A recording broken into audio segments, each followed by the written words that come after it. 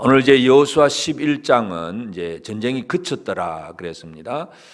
이 여호수아라고 하는 이름의 뜻이 바로 예수와 같습니다. 구원입니다. 구원. 그래서 이 여호수아는 바로 이 전쟁에서 적군과 싸워 이기는 승리하시는 예수 그리스도의 모형이다 하는 것을 우리가 알 수가 있고, 그래서 이 여호수아를 바라보면서 이 가나안 땅을 정복하고 싸워 이기는 이것이 이 땅에서 우리를 위해서 싸우신 예수 그리스도를 바라보게 하는 그런 모형적인 인물이 바로 여호수아입니다. 그래서 여호수아가 전쟁을 하는 것을 보면, 이렇게 전쟁을 할 때 보면 이제 큰 부대가, 큰 단위의 부대가 싸우는 것을 대회전이다, 그렇게 이름을 붙입니다. 그 다음에 작은 부대, 개인적으로 싸우는 이것은 전투, 이런 식으로 얘기하고, 전쟁 그러면 참 큰 부대가 싸우는 것이고, 그래서 이 대회전 전쟁이 이 여호수아가 가나안 땅과 싸우는 생활에 있어서는 세 가지입니다. 제일 첫 번째는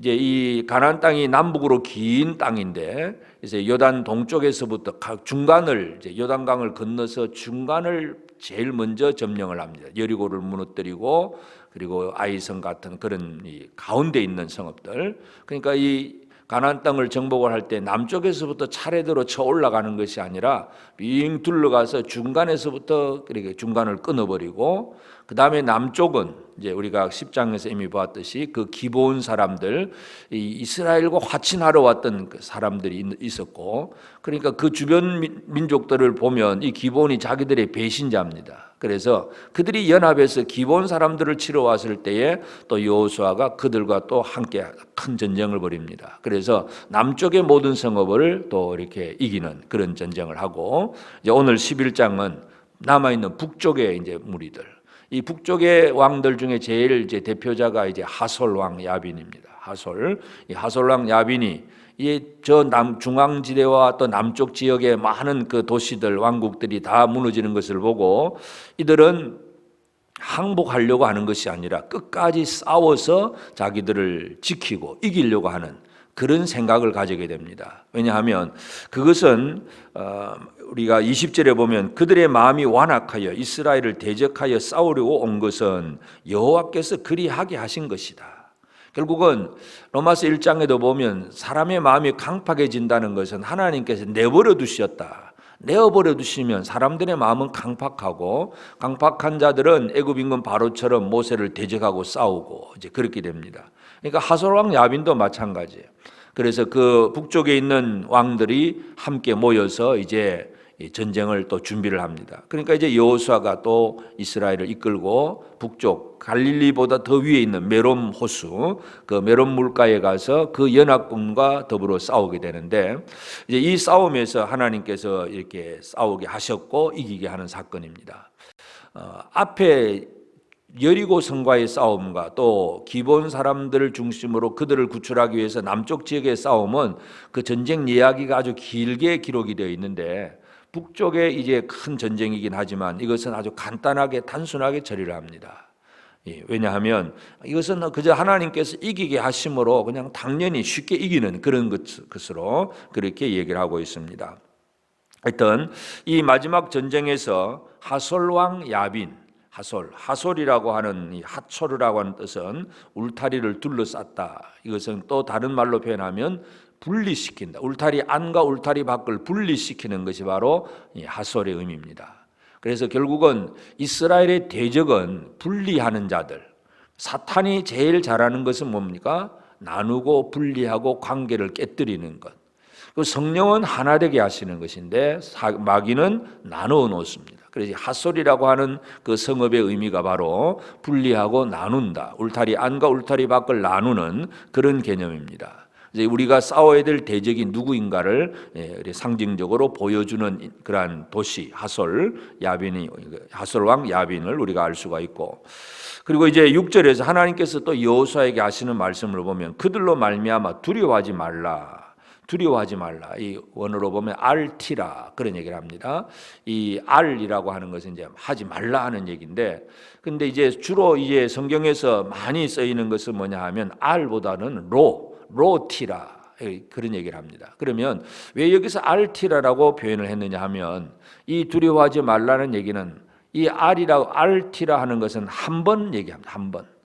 한 번만에 끝난다는 그런 개념이고, 그냥 로티라 그러면 계속해서, 쉽게 말해서 우리에게 다가오고 있는 죄에 대해서 우리가 깨어 있고 그런 사탄의 공격을 두려워하지 말라 하는 것은 늘 가져야 될 것은 바로 로티라 그러는데, 여기에서 이제 하솔왕 야빈에 대해서 하는 것은 알티라, 한 번만 두려워하지 말라는 얘기.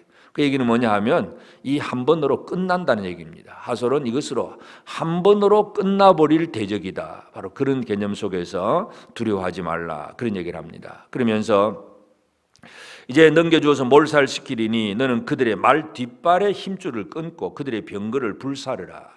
그들의 말 뒷발의 힘줄을, 이 아킬레스건을 끊어버리고 그들의 병거를 불살르라.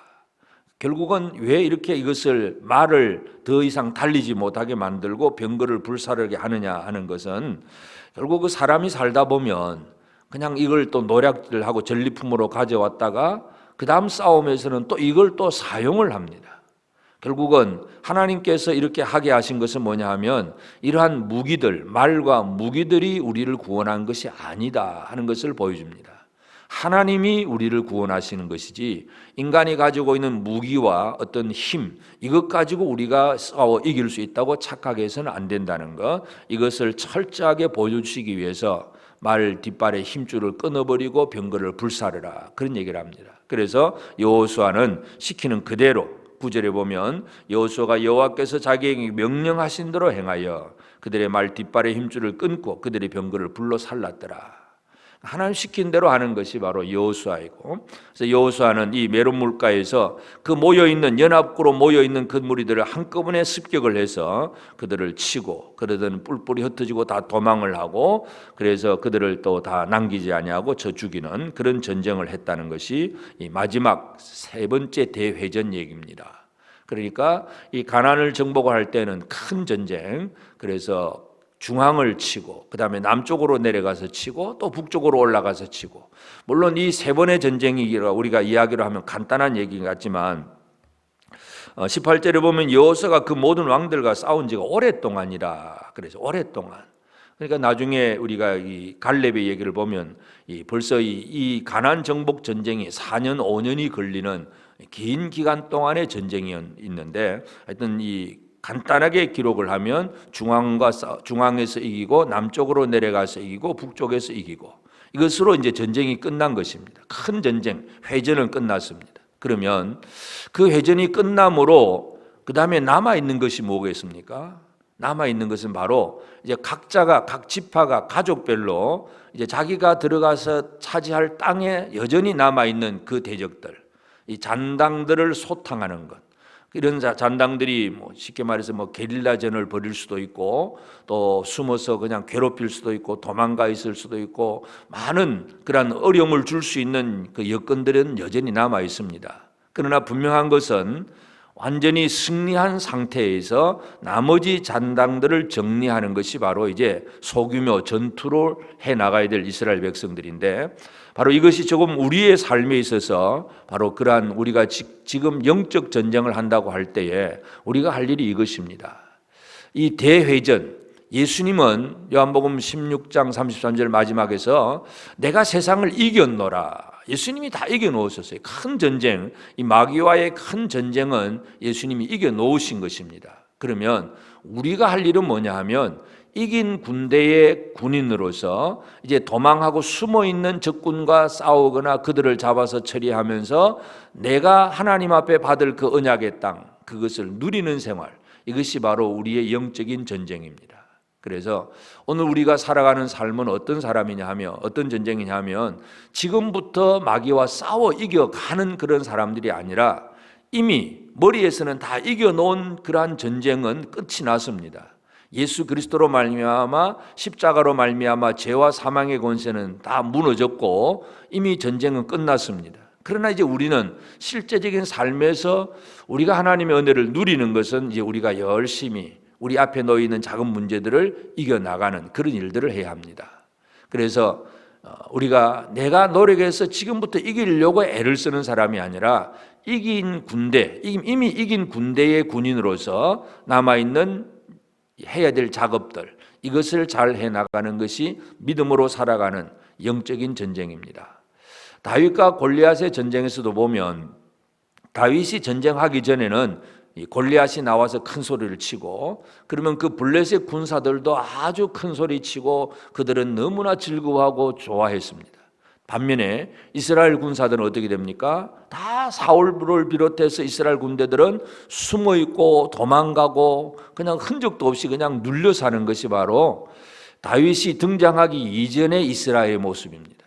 그런데 다윗이 골리앗을 죽이는 순간부터 완전히 바뀌어집니다.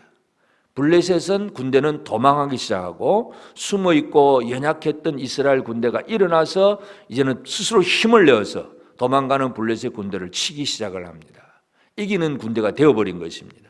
오늘 우리의 삶에 있어서 이기는 군대로 살아가고 있느냐, 이걸 우리가 잘 이해를 해야 됩니다. 그래서 내가 지금부터 이겨가려고 애를 쓰는 것이 아니라 예수 그리스도께서 모든 큰 전쟁을 이겨놓으셨다는 사실에 대한 확신, 그래서 나는 이기는 군대라는 이 사실을, 군인이라는 사실을 기억을 하면서 우리가 할 일이 무엇인가, 그래서 싸워 이길 대상은 누구이고 없애버릴 것이 무엇이고 또는 누릴 것이 무언가, 이런 것들을 잘 이해할 필요가 있습니다.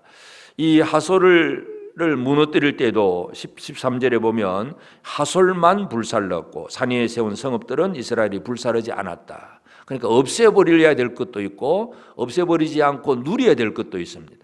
그래서 우리가 이 영적 전쟁에서 참 우리는 이 세상 속에 살고 있기 때문에 싸워 이기고 없애버려야 될 대상은 무엇이고 또 하나님이 우리에게 누리게 하신 것은 어떻게 또 지혜롭게 잘 누릴 것인가, 이런 것들을 잘 찾아보고 이해할 필요가 있고, 그래서 결국은 이 가나안 전쟁을 이렇게 마무리 짓는데 제일 마지막에 이제 기록을 해놓는 것은 그 21절 22절에서도 이 아낙 사람들, 이 거인 족속들, 그 얘기를 합니다.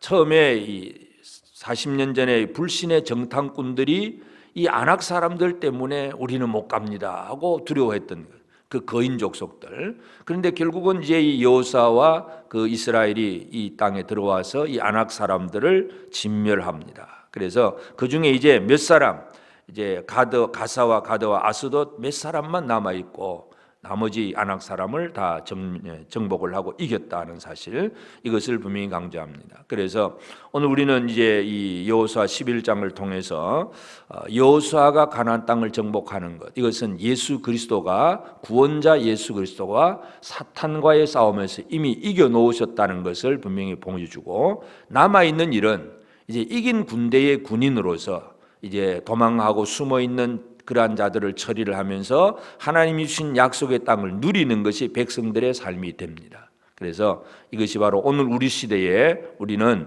지금도 마찬가지, 죄와 사망의 권세는 예수 그리스도께서 십자가에서 이겨 놓으셨습니다. 그러므로 우리는 내가 이겨보려고 애를 쓰는 것이 아니라 이긴 군대로서 지금 도망하고 있는 적군, 숨어 있는 적군과 싸워 이기면서 내게 주신 하나님의 은혜를 누리며 살아가는 것, 이것이 우리가 할 일입니다. 오늘도 우리에게 주신 하나님의 은혜가 무엇이고, 나는 예수 그리스도께서 이겨놓은 예수님의 그리스도의 군사로서 내가 무엇을 싸워서 이기고 또 누릴 것인가, 이런 것들을 생각하시면서 오늘 하루도 하나님께서 허락하신 그 놀라운 약속 속에 있는 모든 것들을 잘 누릴 수 있는, 그래서 조금도 잃어버리지 않고 없애버릴 것은 없애버리고 누릴 것을 제대로 잘 누리는 복된 삶을 살아가는 우리 모두가 꼭 되어지기를 바랍니다. 기도하십시다. 하나님 아버지, 귀하신 은혜를 감사합니다. 아버지 하나님, 우리 힘으로는 아무것도 할 수 없지만 구원자 예수 그리스도 여호수아, 구원의 이름을 가진 이가 우리를 위하여 앞장서 싸우심으로 사탄과의 싸움이 바로 전쟁에서 승리로 끝나게 하시고, 이제는 우리가 남아있는 그 우리의 삶을 누릴 수 있도록 우리에게 사명을 주시고 또 우리가 일할 수 있도록 은혜와 힘을 주신 아버지께 감사를 드립니다. 하나님, 우리가 이 땅을 살아갈 때에 어떻게 살아가야 될지 두려워하고 염려하고 근심하는 자가 아니라 오히려 두려워하고 염려하고 근심하고 도망하는 대적과 더불어 싸우고 그들을 처리하고 정리하고 하나님 신 약속의 은혜를 제대로 누릴 줄 아는 복된 성도들의 삶이 되게 하여 주시옵소서. 아버지 하나님, 사랑하는 성도들이 가정에서 또 직장에서 또 사업장에서 우리 자녀들 학교에서 참 예수 그리스도의 군사로서 이미 다 이겨놓으신 그 전쟁 속에서 이긴 군대의 군인으로서 힘있게 살아갈 수 있고 주의 주신 복을 제대로 누릴 줄 아는 복된 우리 성도들의 삶이 되도록 은혜 주시옵소서. 오늘도 이 아침 깨어서 기도하는 성도들을 기억하시고 하늘로부터 공급하시는 놀라운 은혜 속에서 위로와 힘을 얻으며 나아가는 복된 우리 모든 성도들 주께서 허락하여 주시옵소서. 우리 중에 질병과 또 연약한 이들이 있습니다. 하나님 치유하시고 강건케 하여 주시옵소서. 믿음이 연약한 이들이 있고 또 이 코로나 사태 이후에 또 이렇게 예배가 무너져 있거나 아버지 하나님 또 예배를 열심히 주를 섬기지 못하고 있는 그런 이들도 있습니다. 주여 도우시옵소서. 강하고 담대한 믿음으로 승리한 군사로 살아갈 수 있도록 은혜 내려 주시옵소서. 우리 안에 결코 염려와 근심, 두려움으로 사로잡히지 않도록 주여 우리 가운데 담대함과 확신과 넘치는 기쁨을 허락하여 주시옵소서. 오늘도 이 아침 깨어서 기도하는 성도들에게 크신 하나님의 복과 은혜를 더하여 주시옵소서. 감사하옵고 예수님의 이름으로 기도드리옵나이다. 아멘. 하늘에 계신 우리 아버지, 아버지의 이름을 거룩하게 하시며 아버지의 나라가 오게 하시며 아버지의 뜻이 하늘에서와 같이 땅에서도 이루어지게 하소서. 오늘 우리에게 일용할 양식을 주시고 우리가 우리에게 잘못한 사람을 용서하여 준 것 같이 우리 죄를 용서하여 주시고 우리를 시험에 빠지지 않게 하시고 악에서 구하소서. 나라와 권능과 영광이 영원히 아버지의 것입니다. 아멘.